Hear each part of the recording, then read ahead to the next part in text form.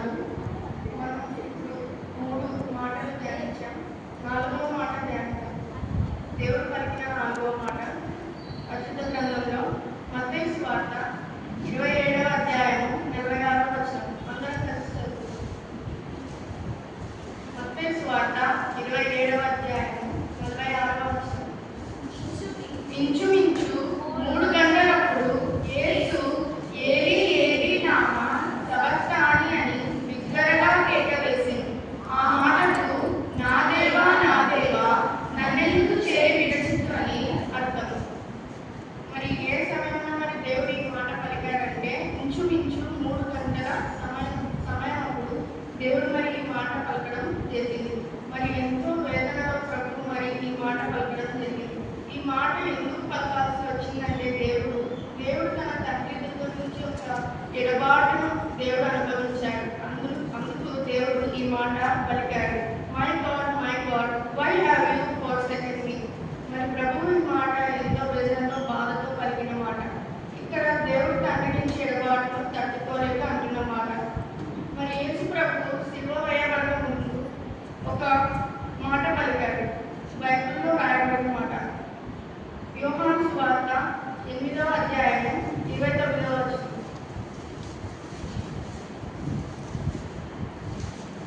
యోహాను సువార్త 8వ అధ్యాయం 29. నన్ను పంపినవాడు నాకు తోడై ఉన్నాడు. ఆయన ఇష్టమైన కార్యము నేను ఎల్లప్పుడూ చేయుదును కనుక ఆయన నన్ను ఒంటరిగా విడిచిపెట్టలేదని చెప్పాడు. మరి నన్ను పంపినవాడు నాకు తోడై ఉన్నాడు అని ఇక్కడ పలికిన దేవుడు. మరి ఇక్కడ చూస్తే నా దేవా నన్నెందుకు చేయి విడిచితివి అని అంటున్నాడు.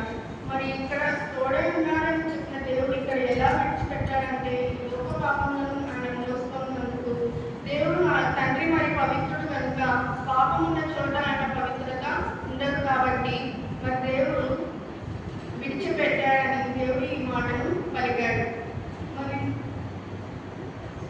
నా దేవా నన్నెందుకు చేయి విడిచితివి అంటున్నాడు. మరి ఆ ఎడబాటుకు కారణం ఏంటంటే మరి యేసు ఈ లోక పాపములను మోసాడు. ఎలా అంటే 2వ కొరింథీయులకు రాసిన పత్రిక 5వ అధ్యాయం 21వ వచనం. 2వ కొరింథీయులకు రాసిన పత్రిక 5వ అధ్యాయం 21వ వచనం. ఎందుకనగా మనం ఆయనను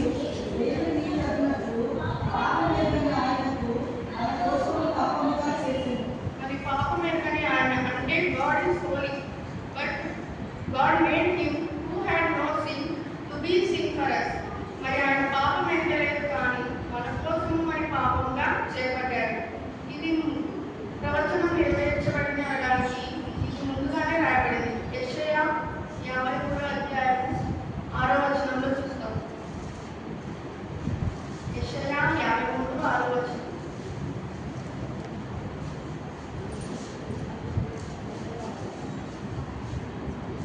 మనమందరము గొర్రెల వలె త్రోవ తప్పిపోతిమి.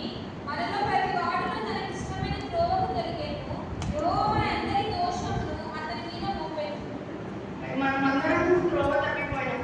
మరి మన మార్గంలో మనం త్రోవ తప్పిపోయిన వారమైనా మరి ఆయన మరి మన దోషములన్నిటినీ మోసాడు కాబట్టి ఆయన ఈ మాటను పలకాల్సి వచ్చినది.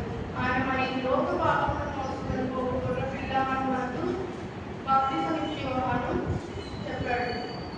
మరి తండ్రికి కుమారునికి గల ఈ ఎడబాటు మరి మొదటిగా పాపం చేసినటువంటి ఆదాము హవ్వల దగ్గర నుంచి మొదలైనటువంటి ఈ ఎడబాటుకి కారణమైంది. అక్కడ నుండి మరి పాపం అనేది మొదలై మరి తండ్రికి మానవులకు మధ్య సంబంధాన్ని దూరం చేసింది. మరి పాత నిబంధనలో అప్పట్లో బలులు అర్పించేవారు. ఎందుకు బలులు అర్పించేవారు అంటే తమ పాపములను గొర్రెపిల్ల పైన మోపి గొర్రెపిల్లను బలిగా అర్పించేవారు. అలాగే మనం చూసుకుంటే యోహాను 1:29 చెప్తాడు. యోహాను గొర్రెపిల్లను ఈ లోక పాపములను మోసుకొని పోవు గొర్రెపిల్ల. మరి అదేవిధంగా దేవుడు కూడా మన పాపములను మోసుకొని ఒక గొర్రెపిల్లగా శిలువలో మరి పరిహారమయ్యాడు. మరి దేవుడు తండ్రి శ్రమలలో ఉన్న బైబిల్